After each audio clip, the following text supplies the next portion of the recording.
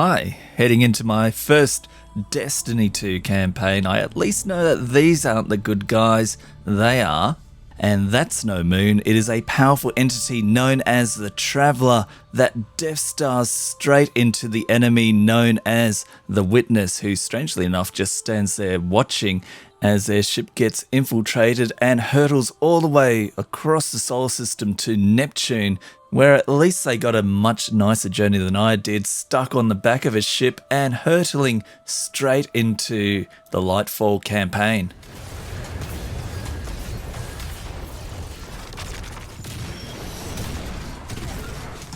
Oh, you're still following me?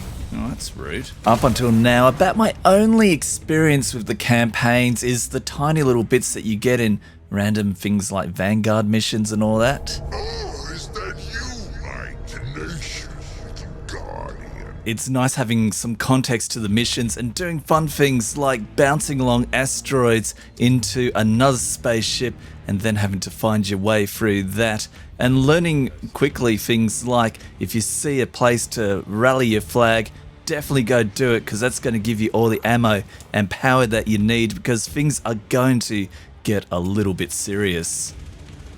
And by a lot, if you got enemies like, well, they were kind enough to only provide one of these guys, which grip you and take off all your health and have the very apt name of Tormentor. Yes! Once you've given the Tormentor a whooping, you've cleared the way to finally go down and see what Neptune looks like. This is Neptune? There's a whole city here. An entire civilization. I've got a ping on Osiris's coordinates. Let's find him. You on the road. Identify yourself. Are you with the invaders? We're Guardians from the last city. Light bearers. We're fighting the same enemy. We're here to find something called the Veil. Nimbus and I are a little pinned down right now, but we'll be there soon. Stay frosty, Terrans. A whole city that somehow survived the collapse isn't the only surprise. Right, look within.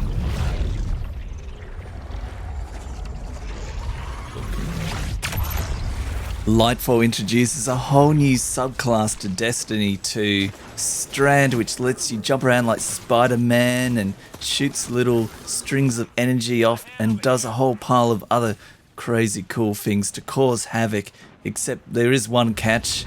Well, what happened there? You haven't actually unlocked it yet. What the?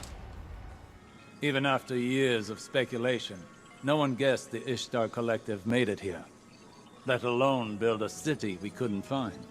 As for Callus, his grip on the city remains strong, but it appears these Cloud Striders are keeping him at bay. For the time being, at least. The Cloud Striders also give you a whole pile of missions you can do around the city. Nimbus also gives you some gear as rewards, which you can use to build up your power level, and everyone's power level has been reset with the new expansion to 1600. You've also got a whole pile of perks you can unlock on the artifact. There's also quite a bit of skill building in yourself as you learn to navigate around the various levels and get used to how your particular character's class moves about. And there's a few other mechanics that you get used to. Are you handling extremely volatile energy? Again? Again? How often does this happen? Too often. Deposit. Hey. You also learn where to hit recurring bosses and where you shouldn't stand. Oh no, that is super rude. You even get races for your life with these time-sensitive missions. We made it.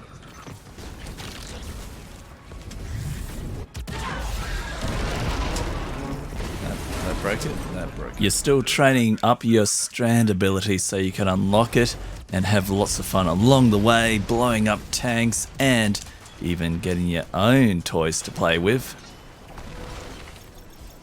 Oh, let's do this. Destroy all the tanks. All the tanks.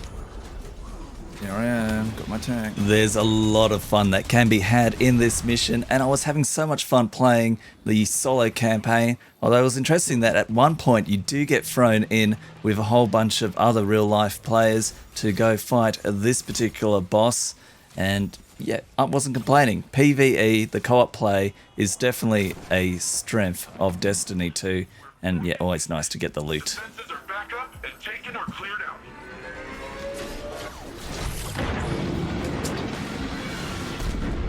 Yeah, that's a pretty awesome way that you can go take out a tank. Shadow Legion cowards, this is Empress Kaito, the true sovereign of the Cabal. It's also fun fighting alongside a whole army, even though they aren't actually real players and possibly really not as useful as real players, but still, pretty awesome experience. And then finally, you make it to the end of the campaign almost. You got to fight the Emperor. Yeah, I don't know. He's all right. Like, I didn't mind fighting the fella. My main problem was often I would just sort of get a little bit too enthusiastic with my Spider-Manning around the place.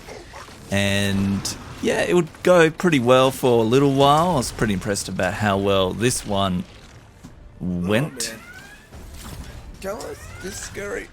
But eventually my very inexperienced Spider-Manning would not work out all that well. Oh, okay, so yeah, okay, so that's how you fall down and die.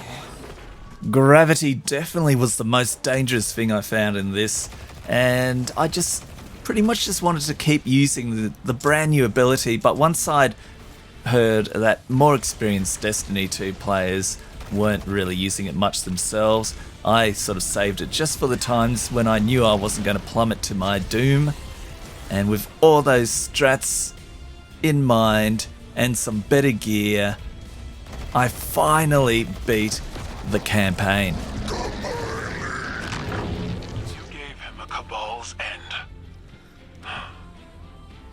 I'll believe it when I see it for myself.